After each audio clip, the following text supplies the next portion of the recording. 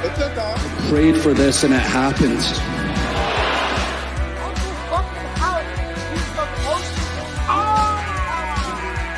Are the shoes of a champion. This jacket right here, shoes of a champion. Time's ticking all along. You felt the message in my song. I know you hear this. Let's be clear. No. There's absolutely nothing wrong except the fact that when you left me, of my life, this girl is the...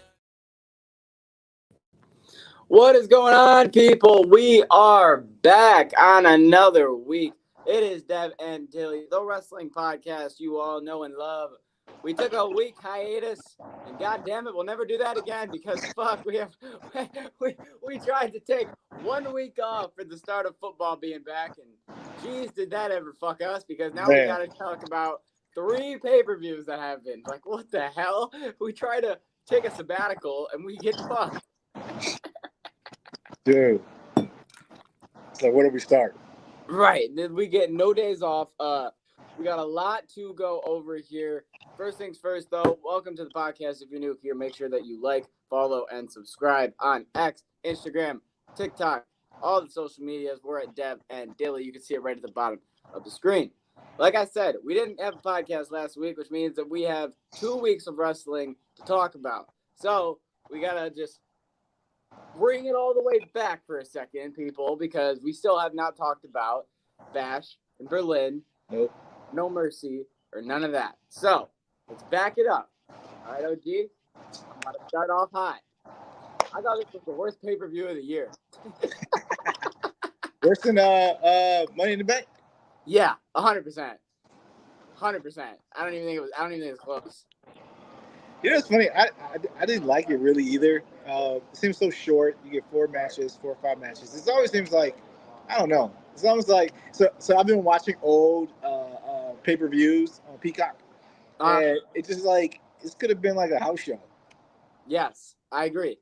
It was like, it was a house show, just the really mid matches and a really cool crowd. That's what it was. I mean, the first match, Cody and KO, I think that was the only match of the night that, it wasn't just that it was the best match. I thought it was the only match of the night that I thought was really good. It was a really good match.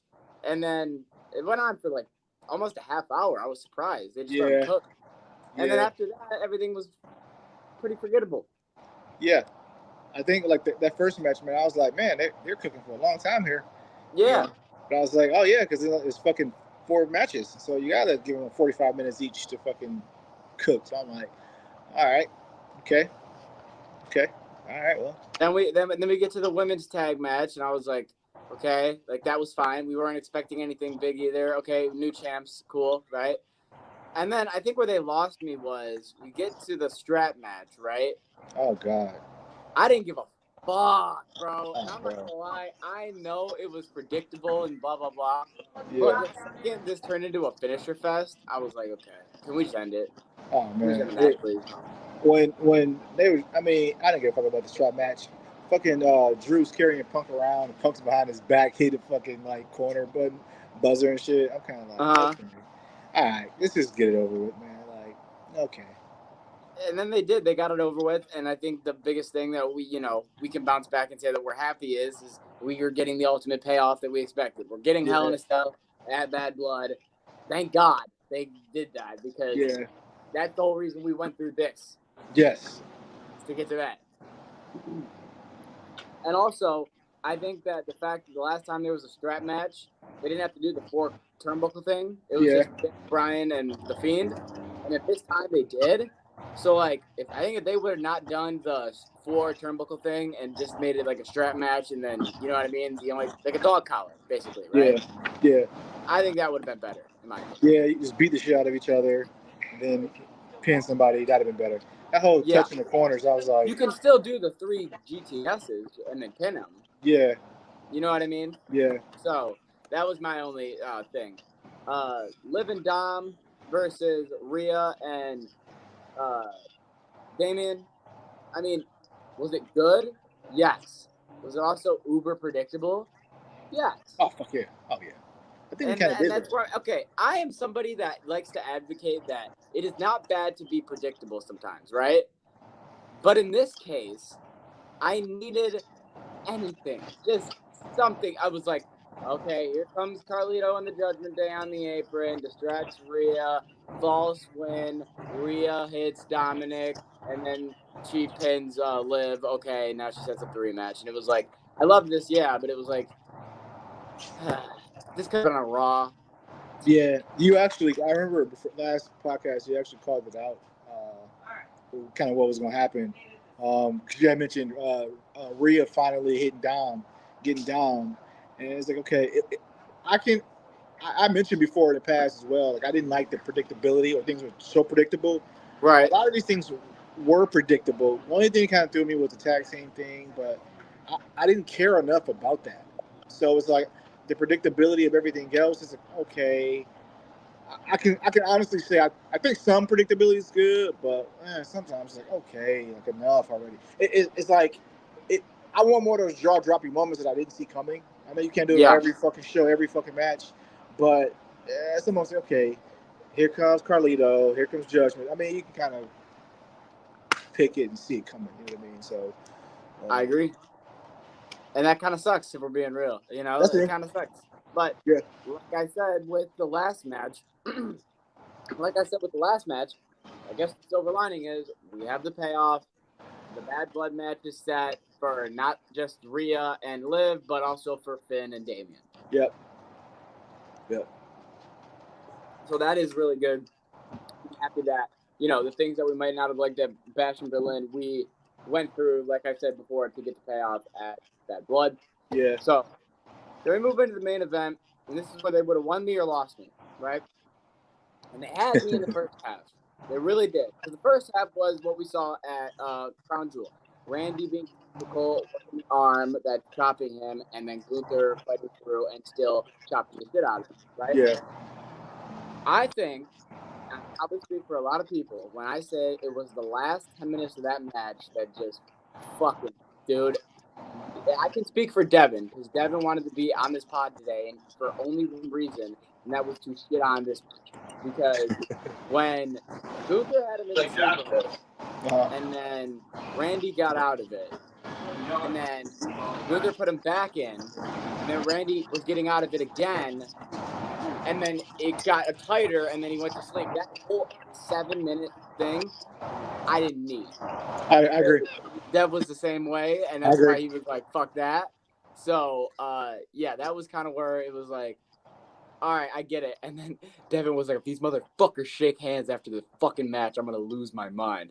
And then Randy shook his hand, and Devin was like, man, I can't watch any more of this shit. What the fuck? So, you know, the sportsmanship, I get why they did it. It was because it was to finally like, hey, Randy was the best for how long? Gunther's supposed to be the next, pass the torch type of thing. I get it. We just saw it with LA Knight and John Cena last year. I get it, right? But like I said, the ending of that match kind of lost me. Yep. It's forgettable. Honestly, the last 10 minutes, I think I checked out.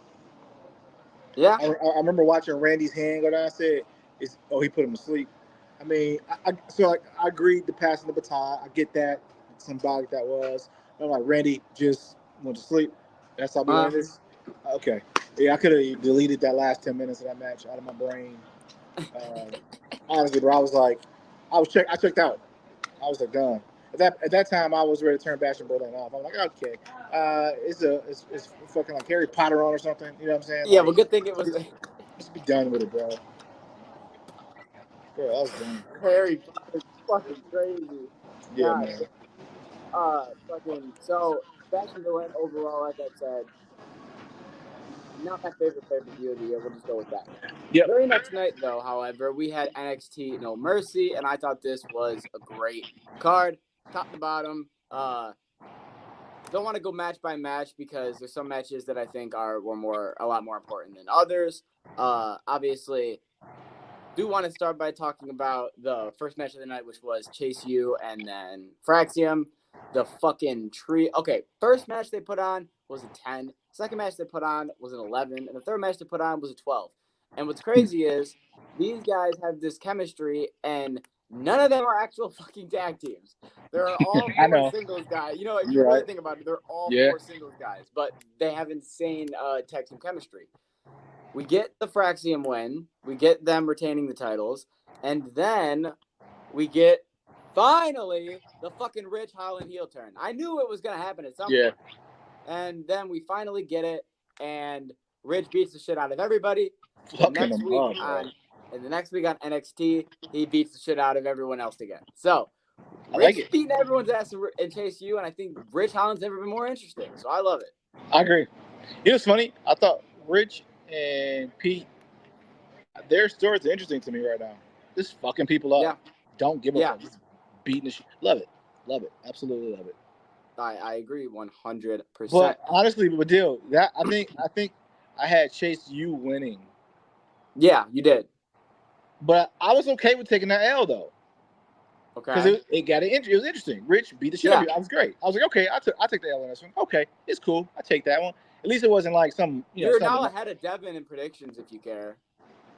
You are now. If you see on the bottom of the screen, you are now 3% above him. Nice. Take that. Yeah, he's 30%. You're 33%. So if anything, you passed up Dev. So hey, gotta keep climbing. Yeah, man. Next match. Obviously Wesley and Zach Wentz was great. The fact that Zach Wentz won, I thought was shocking, but still really cool.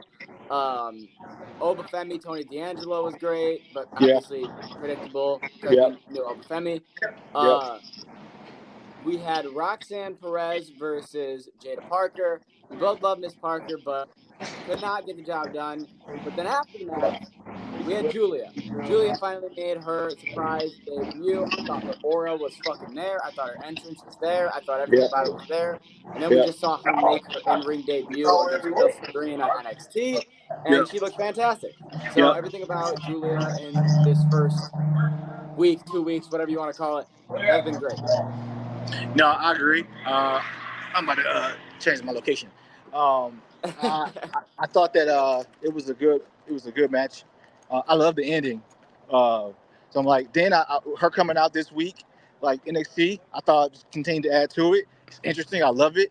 Even so, one thing I thought too, you know how most like Japanese wrestlers, what ends up happening is they can't fucking speak English, and it becomes a thorn in my side because it's like, okay, we got fucking 10 people, Japanese wrestlers. Real quick. Are you just in a parking lot? No, I'm walking through the parking lot now. That's what it looks like you're doing. Hey, I love the people, so you know what I mean. I do what I got to do for the people. Now I love it. Sorry, continue. That just threw me the fuck off. These jackasses are being too loud, people. But I was boom into the car. Okay. Yeah. I was seeing the light post. I was like, this motherfucker's in a parking lot. Yeah, what is he doing? Yeah, I love the people. I can't help it. I had to do this. But no, so I think like I was really happy when she was able to speak. She had the interpreter guy, manager, whoever that guy is, next to her. And I'm like, oh shit, she can't speak English either. I love that she spoke for herself, and I was like, oh yeah, let's get heated. I like it. Let's go. And she has her aura, energy is different. I like it. Bring it. Let's go. I loved it. I was very happy that she wasn't going to be just kind of a Japanese wrestler who couldn't speak English. You know, another person like how most of them are that come over. True. Yeah, I'm with you on that. And then I think the next thing, or the only other notable thing to talk about here, would be the main event. Joe Hendry versus Ethan Page. We knew that it was just basically a huge match. Get all the eyes on Joe Hendry, sell the tickets, make us believe that it can happen, but then obviously yank the carpet out from. Hi, I know nothing about NXT. Anywho, who would you pick as the dark horse to become world champion before the end of the year? Banger question. Appreciate you. Good question. OG, we'll start with you. Wait, NXT World? Is it World?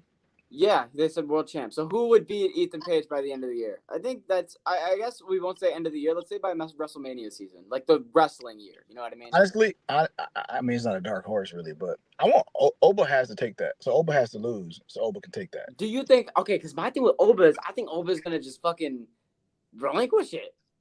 I don't think he's going to lose. Who the fuck is going to beat him? I don't think there's anybody that's going to beat him. Ah man, some I don't know. I want Oba to get it honestly, because Oba would be okay. Oba would be great, but I'm trying to think somebody right now who I think can be world champion that is not holding any gold is Javon Evans. I think if you really want to take a dark horse pick at this, I okay, would go with Javon Evans. Javon Evans he's 19 years old, which is bro, insane. bro, he looks like a fucking kid in there. I mean, he's It's athletic and he's fucking great. insane. I was like, this kid, he's a kid. I mean, but the backpack and shit doesn't make it any better either. But he's great. You know what I'm saying? But I'm like, Yeah, damn, that boy is bouncy. you're really fucking good to be 19, like to be 19 and competing with these grown ass like men in this like that. Like, man, I could see that. I Yeah, don't I'll want go. her, 'cause I mean, I guess the dark horse not wanting somebody to be typical, like you I don't know. think Oba would be a dark horse. I think Oba would be expected. Yeah, you got a point. Because I think he needs that before he goes to the main roster. He needs to run that a little bit. Okay, if you knew his NXT theme, it's the first fucking words of the theme. I promise it's not as crazy as what you're thinking right now. I know where your brain is going, and it could be a pause moment. But now you got to make me pull up Javon Evans' Pause. theme, okay? This is literally how his theme starts. Your boy is bouncy. That's how it starts. That's a very you're right to be in the spot that you're in, okay? But I promise you it's in the theme, okay? It's pause worthy, big time, bro. It is pause worthy. But I had to fucking pull out the yeah, you know what I mean? We had to validate that. We had to make sure that everything.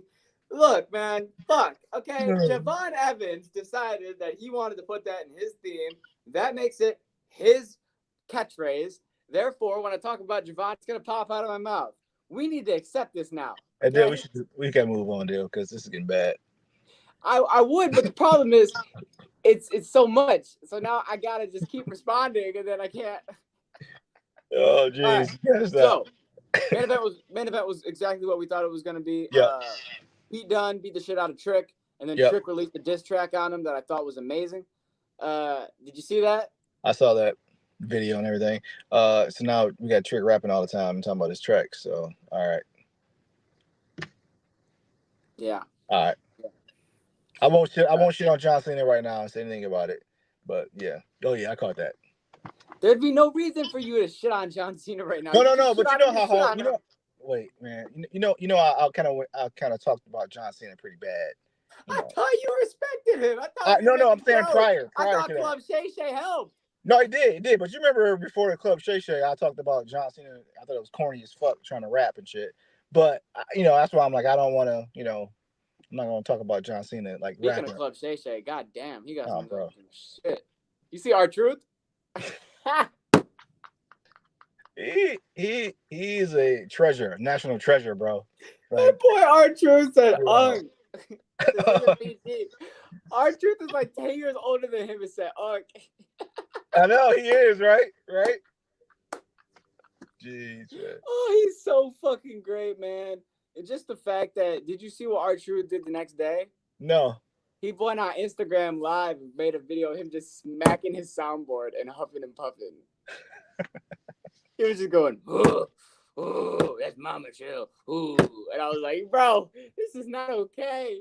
But also, real quick, I know this is nothing to do with wrestling. If you're ever going to be in a position like Shannon Sharp was, that is the best apology address that you could possibly do, bro. All these people that are like, I'm so sorry, my shit got leaked. Or, bro, Clutch, I love how he was like, look, bro, shit happens. We're getting it in. We got caught. And then Ocho's next to him making jokes. I thought that was Ocho makes it put it over the top, bro. Ocho, like, I'm proud of you. Like, I'm like Ocho, so we need to work on the cardio, but everything else is looking tip top, my brother. I love it. Work on the cardio. I mean, he's right. Yeah. He's not wrong. Anyways, let's move on. Jesus. We got off top there. Thanks, Ty. If you don't know, that would be my brother who started all of this off the rails tangency. I love you. This is why I love him. He's a great man, but damn, he really took me off the rails for the last 8 minutes. All right, let's get into the third pay-per-view of the fucking 2 weeks that happened. AEW All Out. Let's remember. All right, first things first. I need you to talk about your overall thoughts because I need to grab a charger. So I need you to just full screen this for the next minute and just talk about what you thought of the pay-per-view. All right. So for me, I feel like AEW has grown on me a whole lot more. I feel like I can clearly distinguish the types of matches that happen. And they're bangers for me. Like it got me really interested because I was so let down by Bash in Berlin.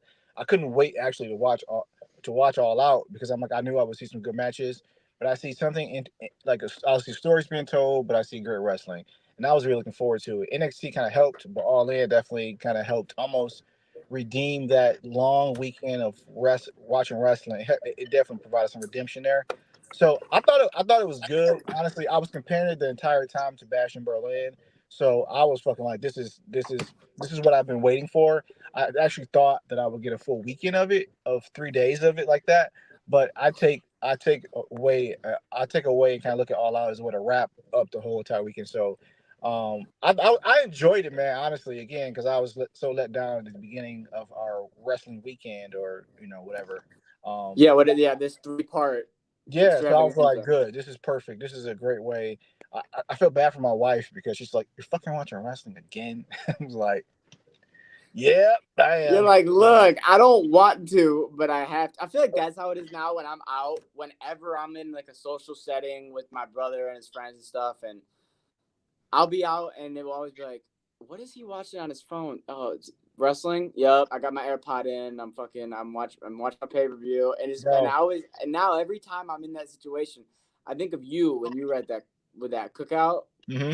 and you were just sitting watching. Was it Money in the Bank? Yeah. Yeah, you were just sitting at the cookout with everyone, just watching that shit. Like I have to, man. Like now I think the same way. I'm like, oh shit. All Out's coming on. And then one of my boys, him and his son, we talk about wrestling all the time too. And I'm like, oh shit. Y'all watching wrestling? They're like, hey, wrestling comes on at 8. So we're together. And they're like, it's 8, almost 8. I'm like, all right, I gotta go. Hell yeah. And then I'm like, and that makes it better. If I'm being honest with you, it makes it a lot easier because I don't have that luxury. Most people that I hang out with, they're like, oh, you watch wrestling again? Okay. Well, there's a football game on. I'm like, I know, I'm multitasking. That's right. You know what I mean? Like, that's right. Yeah, I'm aware. But the thing is they don't need to feel obligated to give a fuck if they don't give a fuck. Do you know what I mean? It's like I gotta know what's happening, what's going on. Like I'll tell my brother things here and there that happens, and he'll be like, "Oh, that's cool," but he doesn't want to sit next to me and watch the whole damn show when there's shit going on, and I get that. Most people don't. For sure. My daughter came in the room. That's a normal thing. Yeah, she came in the room. She's like, she stood next to me and she started watching, and which I'll tell her. She'll ask me questions. I will tell her. You know what I mean? Like Thank you, Luke. I appreciate that. Well, says I totally agree 100%. Yeah. So one thing she has her favorites, but then she'll walk away, which is fine. I'm a cool, wifey will come in and sit down and watch a little bit sometimes. That's cool, 101%. Yeah. Neither are both people that can validate, and I see what game we're gonna play here, but I see what game we're about to play here, and I'm gonna stop it before we fucking play it. You better stop right now, god damn it! But these are people that can validate that what I'm saying, is true. If there's like a WrestleMania or something, I'll make everyone watch. That's right. Like if someone's going on that doesn't watch wrestling, then it's like, okay, sorry, Jakob, you're watching wrestling with us today. Yeah, or you might. That's a different story. Or like the Royal Rumble, you know what I mean? That's a different story. But for the regular fit, 100%. Yeah. All right, let's talk about All Out because I thought this was not only the best pay-per-view of the weekend, but this is one of the most fucked up events I've ever watched in my life. There was 2 moments where I have not woken up my parents for wrestling in fucking years. Okay? It's been years, bro. I woke them up twice. In the span of an hour, back to back. Because, we'll talk about everything else that happened in the show later, but I need to talk about what needs to be talked about. The main event. Hangman Page and Swerve. Oh, that's crazy. That might be the most fucked up thing I've ever seen in my life. Okay, we got some USC people in here. Yeah, we get it. My fuck counter is at 57. And counting. Continuing. It was the most absurd, it wasn't, okay, this didn't feel like wrestling going into this match. It felt like two men that were in jail that were like, hey, somebody has to die. That was a fucking street fight, like for real. That was like, yeah. The cinder block shit, like, bro, crazy. There was 3 spots in particular that I think were the craziest spots I've ever seen in wrestling. One, the cinder block. Oh, he dropped him on his fucking head on a cinder block. crazy. And this wasn't like, you know, some of these cinder blocks you see in WWE, they're like, okay, it's styrofoam. You know what I mean? Yeah. When he dropped the cinder block, and then he did a move to his arm or something, and he that kind of missed the cinder block, it was like, oh, no, that's real. He's trying not to actually have him land on the cinder block type shit, right? The second move, he said, fuck it. Dropped him right on his head on the cinder block, and I was like, oh, my God, he's dead. He broke his back. He broke his neck. He's dead, right? Here's where things go from PG-13 to rated R. He gets him back into the ring. Both men are now bleeding from their face. Takes a stapler gun. Swerve starts stapling the pictures of his family to the man's face. Bro, what the fuck? And his chest. That's then rips it and rips the staples out of his face. Okay? How does Swerve respond? Swerve responds by hitting 3 buckshot lariats, and then, ready? Here's the part that made me wake up my fucking house.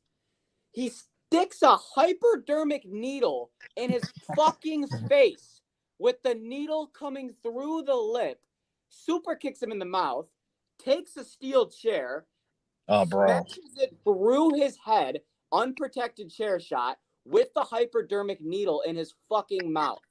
And they called the match off because Swerve's knocked out.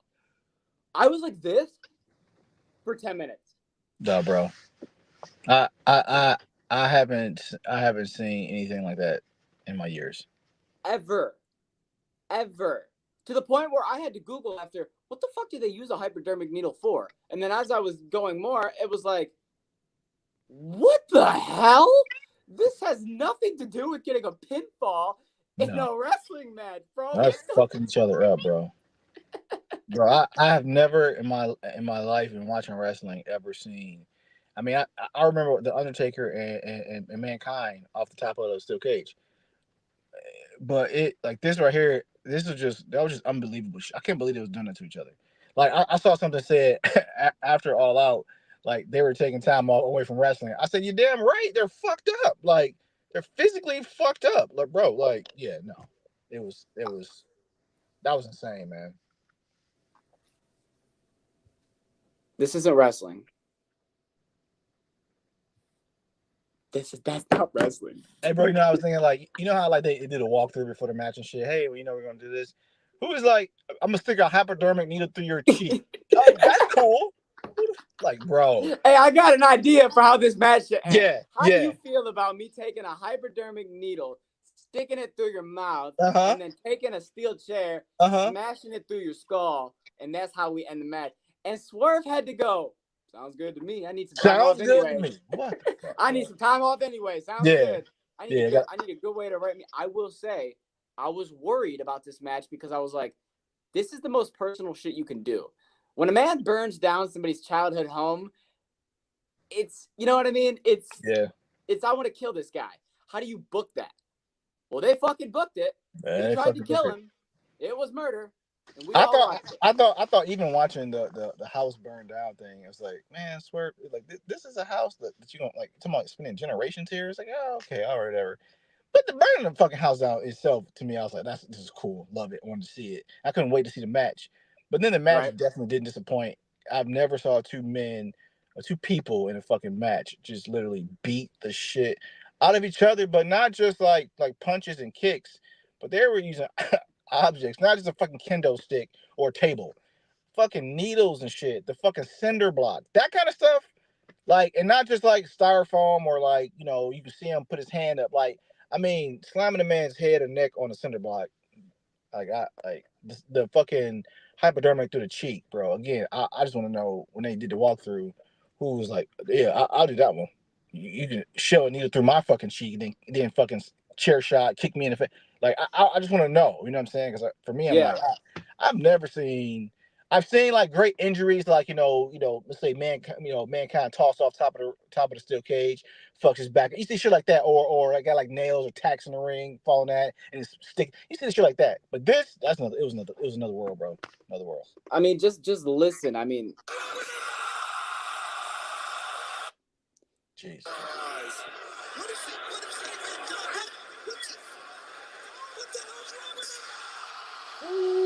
Like that is, that's that's how the match is gonna end. Like, fuck. I don't care who I'm fighting. I don't care what's going on. I don't care how personal it is. There's got to be another way we can end this. We don't have to do that. There's got to be another way, guys, so we can. Right. We have to do this. Like, I mean, shit. I got cheers to it. So you know what's funny? I could end all the pay-per-views off of that match right there. Oh my god, yeah. Oh my god, yeah. What else are we talking about? That. And I want to give credit to AEW for putting a pay-per-view out 2 weeks ago and then putting out another pay-per-view where, spoiler alert, we'll go through the rest of this card real quick. I give this bitch a 10. Yeah, this bitch was perfect. Great. I loved it, man. Like, I'm going to drop a cinder block right now. If you know, you know. Do you know? Because I don't know. Bro.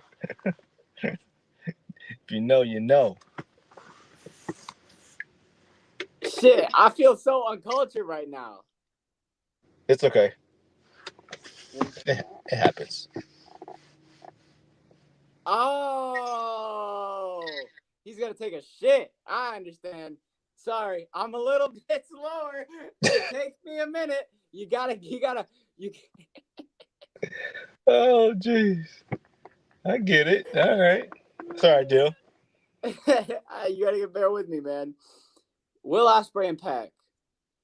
God damn it, this match. I put it in match of the year contender. Thought it was unreal. This second match for me with Ospreay, I feel like a match of the year.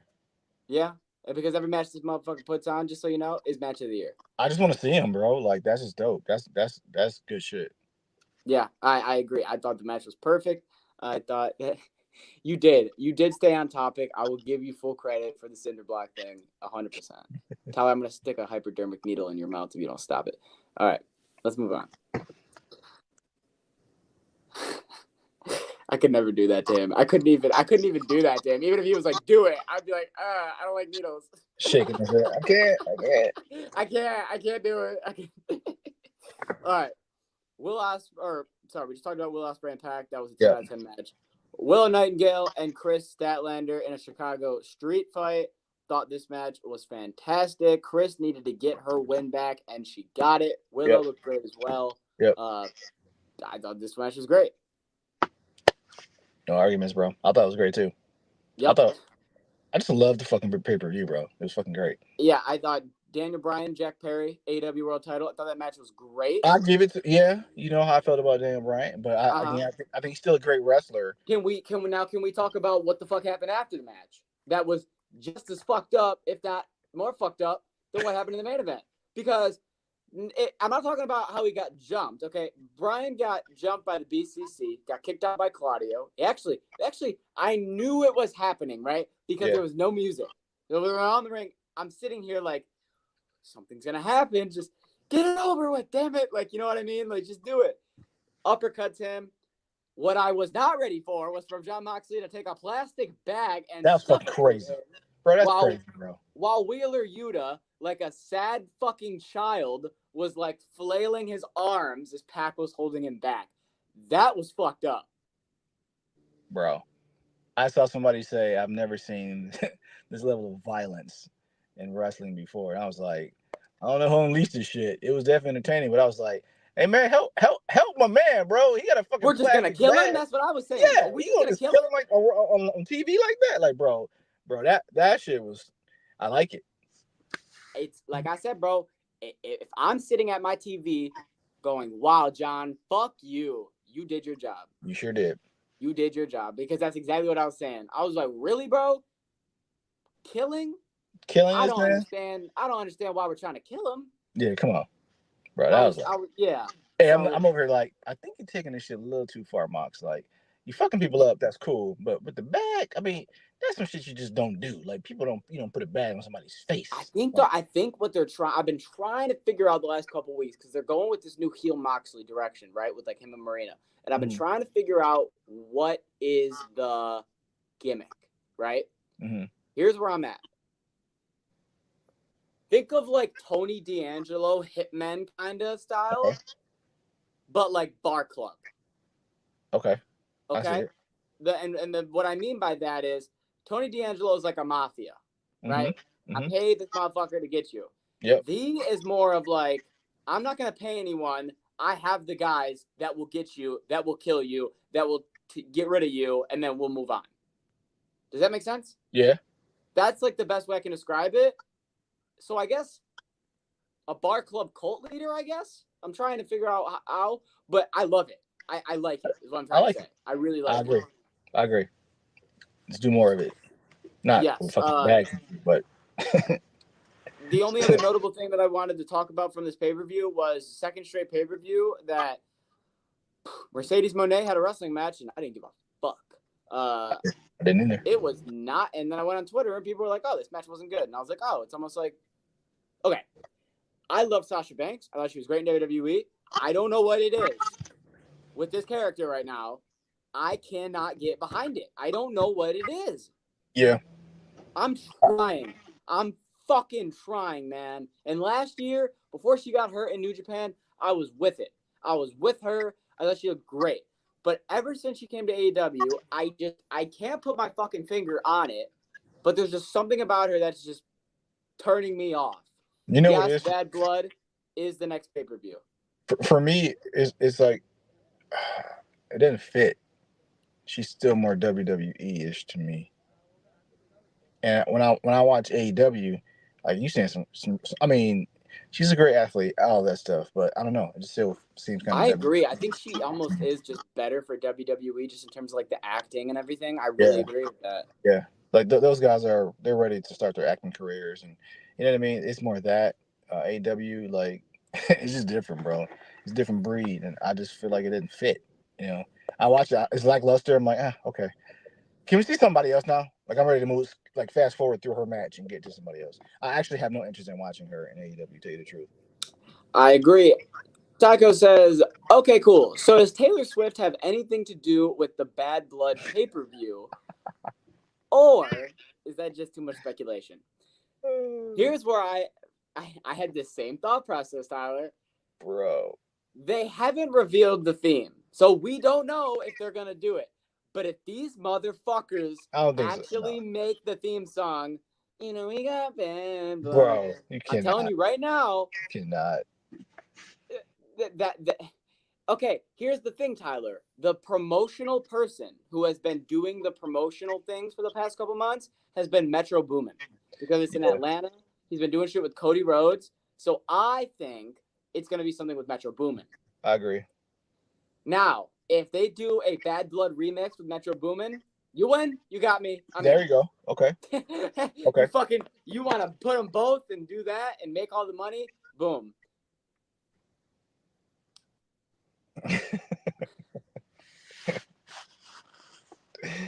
Oh, jeez. Yeah, moms across the country will watch Randy Orton Smash Faces if they pull her. And I think if WWE can pull Taylor Swift to even, you know, maybe be in attendance or something, yeah, that'd be insane. That would be fucking unreal. That would be insane. I mean, they just got, what's his name, Bad Bunny, to compete in a fucking wrestling match. I'd argue he's just as big, if not bigger, than Taylor Swift. Because he does what Taylor does, only he's fucking international. Like, Taylor's as big as she is in the 50 states. And don't you Swifties come at me with this Eras toy that was all over the world. I fucking know that it was all over the world and that people love her all over the world. What I'm trying to say is, Bad Bunny, no. Abort mission. I am. No, I am. Because there's enough people in here where I feel confident I can do this. I'm just trying to say that Bad Bunny is as popular or almost as Taylor Swift. You can't argue with that. The comments made on the Devin Dilly show don't reflect that It's all of true. the hosts on the show. If you you want to know something that people aren't ready for? You want to know something people aren't ready for? What deal? Bad Bunny has more listeners than Taylor Swift on Spotify by almost 500,000. The thoughts and comments expressed by It's Dilly a fact. on the It's show. a fact. It's an actual fact. Bro. Yeah, okay. That might not make it Hey, more Dill. popular, Hey, but Dill. that is a fact. You gotta focus, bro. We gotta get back on track, man. No, because here's the thing. Here's the thing. Dill, we don't talk about Bad Bunny and No, Taylor. because I'm not gonna. Taylor Swift also lost a lot of people this year with the whole fucking. All football fans are now like, fuck this. You gotta remember that. Bad Bunny ain't pissed nobody off. Bad Bunny ain't pop up every 30 seconds between your Lions game. You gotta remember that. Hey, Bad Bunny, I'd throw a rock at him. But Taylor Swift's What is that? Why are we hating on Bad Bunny? Bro, I'm happy. I mean, it was cool. Okay, that would get me cool. I But never saw Taylor Swift do a fucking Canadian destroyer. I saw I Bad didn't Bunny want to do see one. Taylor Swift do anything. No, Devin has no control over it. And if Devin was here, we'd still be off the damn rails. And actually, Probably more. Devin would probably be enhancing this, if you want me to be honest with you. So be happy he's not here. I never saw Taylor Swift hit a Canadian destroyer. That's all I'm trying to say. Yeah, I want to see it, dude. I'm gonna pass. Have you? I don't want to, dude. You don't want to see her? I know. All right. I was gonna say something else, but that would actually got me in trouble with the Swifties, so we're gonna move on. Hey, I got my awareness. All right, let's move on to tonight. Fuck it. We got a big match tonight. Yeah. We got a huge match tonight. We got the first SmackDown on USA. We got a brand new SmackDown logo. We got a brand new SmackDown set. You know, and we got Cody Rhodes versus Solo Sikoa for the championship, undisputed championship, in a steel cage match. You look so excited. Bro, I'm so over it.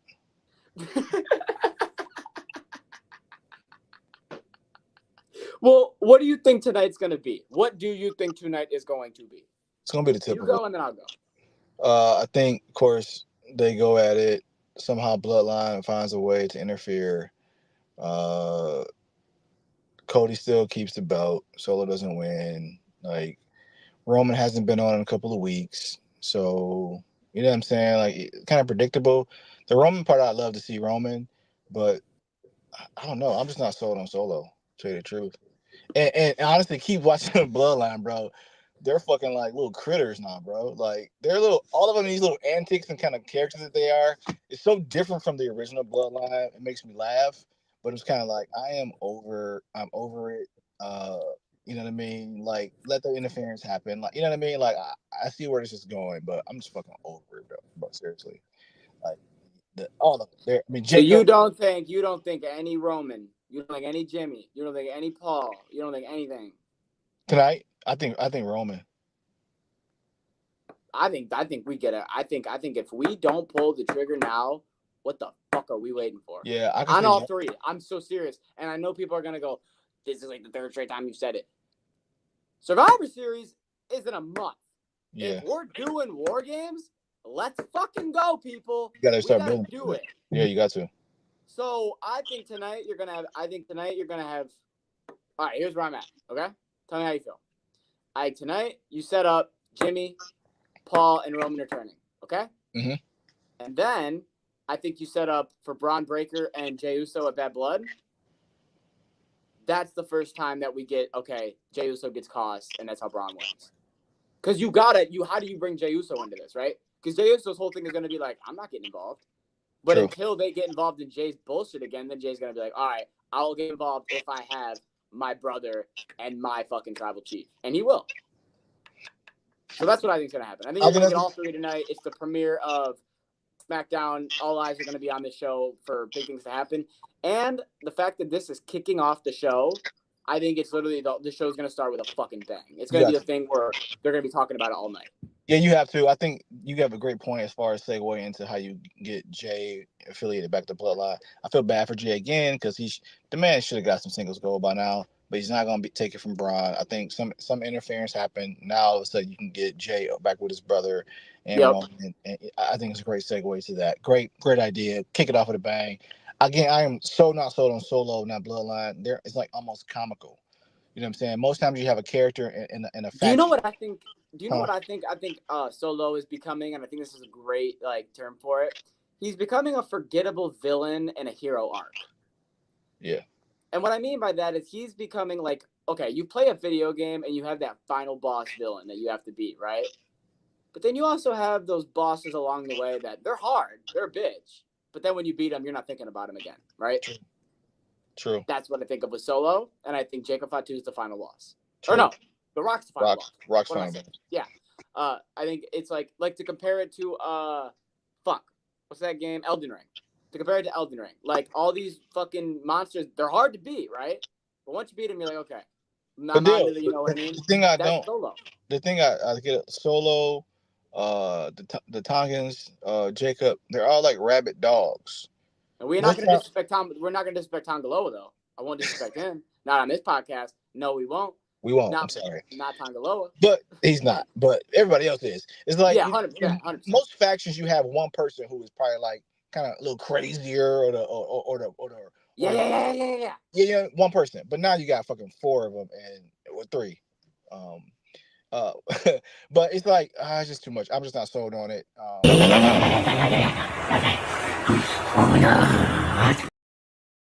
Sorry, I had to. I know you had to.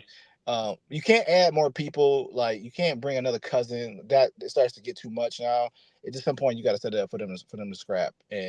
But it's gonna be interesting if this happens the way you kind of just mentioned it. How you bring Rock in? Because Rock's not like them. Like he's not like Rabbit Dog. You know what I'm saying? It's almost like you know what I mean. That's the part where it's like how do you Rock's like a Solo where like he would be the one controlling because he would control Solo. True. Because like right now, I also thought it was great how Cody was like, I don't want to fight you for the title. I think the only person that I should really fight is Jacob Fatu. You know what I mean? Like, kind of just calling it how we see it. Like, for sure, he's the biggest threat.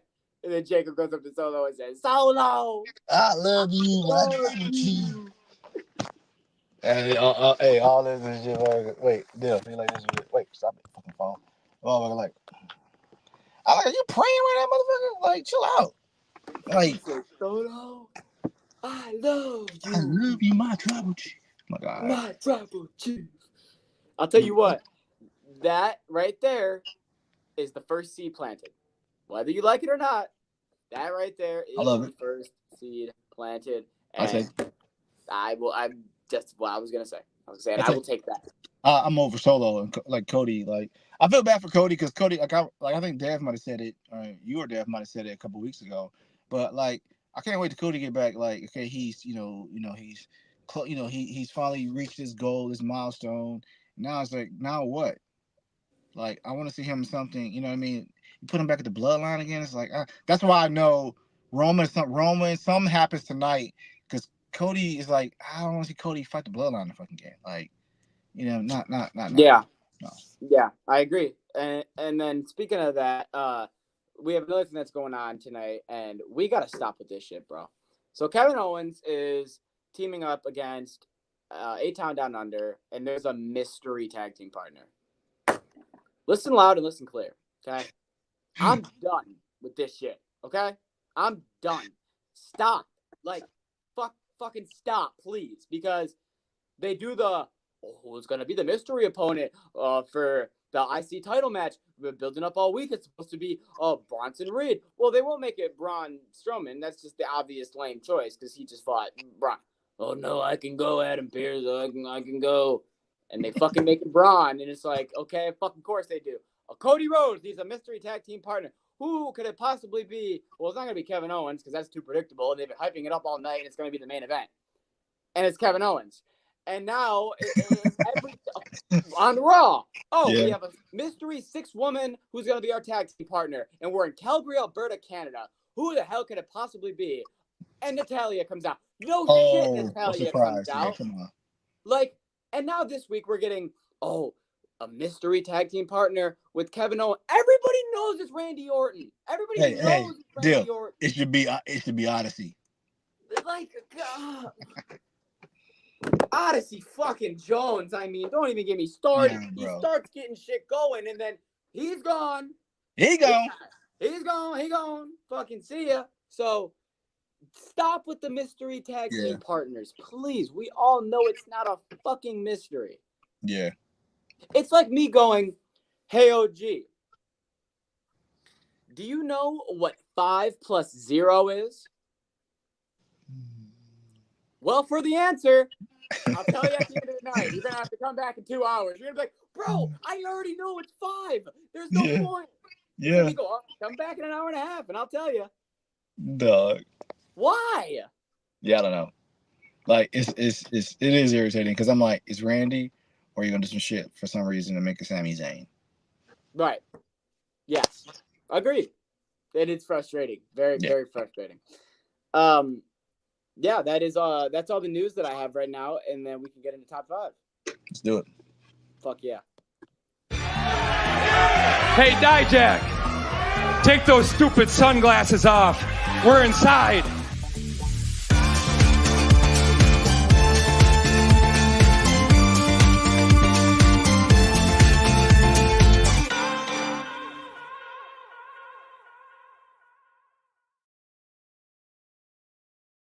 All right, it's been 2 weeks, so I don't want to hear it on where the people are, but 2 weeks ago, the current top 5 was Bryan Danielson, number 1, Will Ospreay, number 2, Mariah May and Toni Storm tied for number 3, Ricochet, number 4, and Bronson Reed, number 5. Randy was at the cusp at 6, and now we have our new top 5. I want to start Gunther. Greatest line of the year. Oh, okay. Greatest line of the year. He's got to be top 3. I don't know where you want to put him. When he said, "Hey, Bret Hart, you will always be my second favorite wrestler," and everyone's like, "Oh, here comes the Shawn Michaels joke." Mm-hmm. Behind Bill Goldberg. Bro, I fucking fell out of my chair. You didn't see it? You didn't see it? No, I didn't see that part. Bro, oh my God. Dude, it was amazing. It was amazing. He set him up perfectly for everyone to be like, "Oh, here we go. You know, here's the joke." Yeah. Let me see if I can get it for you.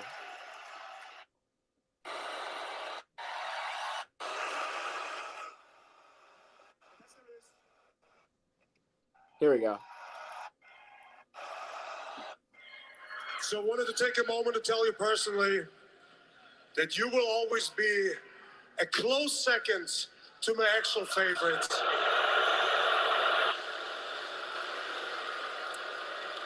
And my all-time favorite is none other than Bill Goldberg. Yeah. He is becoming an elite level troll. And when he came out to see Bret Hart and he was walking down the ramp, he did the fucking Bret thing. Just fucking with him. He's becoming a top level troll. And I need Gunther. Honestly, I'm okay with 1. I swear to God. That quote right there, it won me for the fucking week, bro. That's good. But I don't think you can give him 1. What'd you say? I don't think you can give him 1. Okay. Can I give 3? I'm fine with 3. I think right, 1. I'm putting him at 3 right now. And I know it's been 2 weeks now. Yes. But I feel like the Swerve match, like, that has to be. I think you should put Hangman Page at number 1. Well, to me, I'm saying, okay, Hangman Page, Swerve, like that match, those 2 won. Yeah, but I mean, yeah, and then I put Swerve at number 2. Yeah. Obviously put Hangman 1 because of what, he did to him, but yeah. I think 1 and 2 should be Swerve and Hangman. I agree. Going to 3. You know who else, man, I think should stay on there? After he fucking had COVID and came back. But Bronson Reed, bro. I'm trying to think, what has he done in the last 2 weeks? He had COVID 1 week, so he was out and shit. But what did he do last week? Remind me. Well, last week, he was out for 1 week, had COVID. The week prior was that the I'm not put Bronson. All he did was fucking belly splash Braun again. I know. I just think it's dope, fucking people up. And okay, so maybe he's not 4 or 5, but he has to be. I don't think he's top. He's 5. my honorary guy because a couple weeks ago we had a conversation about big guys, being fucking robots and like big, T-Rexes and they're fighting and slow and shit. Uh-huh. But this is the second match I've seen Braun Strowman and Bronson in where there's more athleticism that I'm seeing than just running around a fucking ring knocking people over. Like, so I am ecstatic about, you know what I'm saying? Like, 'cause I watched Bronson kind of belly splash him again, and I'm like, wait, Strowman kind of jumps up so he can get on the table right. And I was like, that's more than I thought his ass could do. You know what I mean? Besides just like roar, knock people over and shit. So I'm like, I am happy that I'm seeing this level of athleticism from the big guys. So that'd be my honorable mention. Bronson. I like that. I have a case for number 4 being Jey Uso. Jey Uso won 2 weeks ago in his number 1 contenders match. He had a one-on-one great backstage segment with Braun Breaker. Then he won the number 1 contendership on Raw. And not to mention, while doing that, he teamed up to help Rhea Ripley and Damian Priest. So he's kind of double dipping. So I feel like he's being talked about on both ends of the spectrum. And then obviously we got the bloodline questioning stuff too. Oh yeah, so lingering. I feel like Jey Uso should be on here. I agree. I give the Jey. All right. Number 5. I feel like there's got to be some woman on this list, right? We got to put, the problem is my brain is just thinking about John Moxley trying to kill. Oh yeah. I just keep thinking about him suffocating him, and I feel like, how do you not put that on the list, bro? That visual, bro, is like, you know what I mean? Like, bro, that shit is crazy, bro. Should I just put? Because I don't want to put the group. I really just want to put Moxley. I put Moxley. Okay, I agree, bro. That visual, bro. Like, I saw the visual on like news outlets, websites. Yeah, that was. Well, it's murder. It is murder. Yeah, it's murder. Yeah. I mean, if you break it down, it is murder. It's killing people. Top 5. I mean, at the end of the day, you will still get arrested for what I'm seeing. Like, yeah, it's along those lines. Just put you in jail. 100%. Current top 5, we got Hangman Page number 1, Swerve number 2, Gunther number 3, Jey Uso number 4, John Moxley number 5, and then on the cusp is Bronson Reed. All right. Anything else you want to add before we wrap it up? Yeah, man. I have to. Wyatt's sick. Okay. I've been kind of expressing my displeasure with how things are going, and it's not really like moving the needle for me anymore.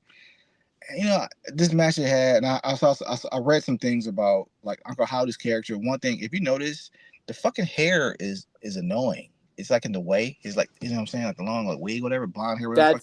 I think that's because that's how the Fiend had it, because he had his dreadlocks in his face. Like Bray had his dreadlocks in his face. Yeah, he does this thing where it's like it kind of gets like tangled. He's like kind of fighting. Yeah. And I caught him a couple of times kind of doing it. It's kind of silly to me. But I thought the street fight was really good though. I do want to say that. It was cool. Really good. It was cool to me. Like I like to me it's like are there haunting figures? Are we not? Or like what? Like, you know what I'm saying? I don't know. When the Fiend was a haunting figure, and even in the matches, it kind of stayed kind of creepy and kind of mysterious. Here, it's like I don't know. Well, the problem is that, and I think like we talked about before, they need gimmick matches. True. I don't care if not Mountain Dew. Yes. And when I say that, that doesn't mean cinematic. Okay. Yeah. Like buried alive matches. Body bag matches, you know what I mean? Like Inferno matches. Like I mean gimmick matches that work for them. I don't mean it just has to immediately be cinematic. Now, if you want to go the cinematic route, we are approaching October, Halloween season. They want to have some fun with that. I'll let them have some fun with that. You know what I mean? Bro, but it is perfect. I agree. But I do think that is the biggest problem, because at the end of the day, it's the same thing as them going for championships. When they just pin someone and do a pose, it's like, okay, you know what I mean? It doesn't feel the same as another wrestler, because they're like, these guys aren't superstars. These guys are entities. These guys are spirits almost. You know what I mean? Like, they're needle movers, but they're not like characters that need to have focal point, a spotlight shined on them, if that makes sense. So I think that would just help them if they had more gimmick matches and less normal or like just Street Fighter stuff like that. If I'm honest, Dale, I think they need Alexa Bliss. I just don't understand. I just don't understand what Alexa Bliss is going. Like, she's just going to be another creepy person that can do cool things in the ring. Like, well, I don't understand what she's gonna make it like so different. I think she's just gonna be another. I think she has. I think the ability to tell stories is what she could add to it because nobody else really talks and shit. It's just Uncle Howdy. I think give another kind of mouthpiece. If she speaks, that's talking. different. Yeah. But I don't want her to be another Nikki Cross where she just makes faces and stuff. Yeah, I mean, honestly, I like all the mysterious, weird shit, but I want to see more of it than just like posing at the end of matches and shit. Like, I want to see more of it. Like, I agree. You know what I'm saying? Like, Nikki at some point will have to do a one-on-one match. You know what I'm saying? It's like, I was a fan of having Alexa come to kind of partner, but even if she does it, Nikki, the mysterious, because in NXT, I can't forget the girl's name. Wendy too. She has the same kind of thing happening right now, and so to me, it's like, are we running to the well too much with this at this time? Because they're doing the same kind of thing. You know what I mean? And the other girl that's partnering with Valkyrie with the dolls and the heads and all that shit is similar. You know Tatum Paxley, like, Are we going to the well too much on this? Because they're all not going to be a faction. But I just think, okay, let's move on from American Made, that story. What do we do? Sorry to cut you off. I think we ended that. I think so too. But it's like, okay, now what's next in the storytelling? You know what I mean? Because I'm like, that's the part I'm looking to see. Yeah, I agree. So, and I do think that we're done. I think it's a situation of, in my opinion, people might be mad at me saying this, take 2-3 weeks off, come back in October, start a new feud, start new creepy shit. You know what I mean? That's just me. Yeah. The promos are fucking great. So cut a couple more promos, take some time off TV, cut promos, some weird shit, leave packages. Yeah. You don't have to be there to still just. Then I'm like, okay, it piques your interest a little bit, turn the lights out and shit, leave packages in the middle of the ring or some weird shit. You know what I mean? Yeah, do all that kind of stuff. I think even leading up to Alexa or somebody else joining, cool, whatever. But it's like, yeah, come on. So, but yeah, that's my soapbox. I know you're good, man. I got nothing else. I think we covered all of it. Sorry that we didn't have podcasts last week, and then we had to do all this. That won't happen again. Sorry for us to trying to fucking have a week to live our lives. Sorry, people. We back. Yeah, clearly we can't do that. But we appreciate all you guys. We appreciate the love. We appreciate the support. And like I said in the beginning, make sure you follow us on X, TikTok, and Instagram at Deb and Dilly on all social media platforms. We appreciate you. And also do 2 things. Well, 3 things. 1, Lezu. Yes, sir. Music, yes, sir. Spotify. Lezu. That's his fucking name. Spotify, Apple Music, YouTube, all the promotions. Secondly, Hype Photography. Yes, sir. Get with it. Yep. Check me out. Come on now. Come on. Third, Sharp Sports Network. Yes, sir. You know how we roll. Use promo code TACO011 when you sign up. Download the Sharps betting app for all your betting needs. And make sure you check out the podcast. We will also be going live tomorrow at 10:30 Eastern Time. Thank you guys for watching the podcast. We will see you next week. Have a good one. Be good people.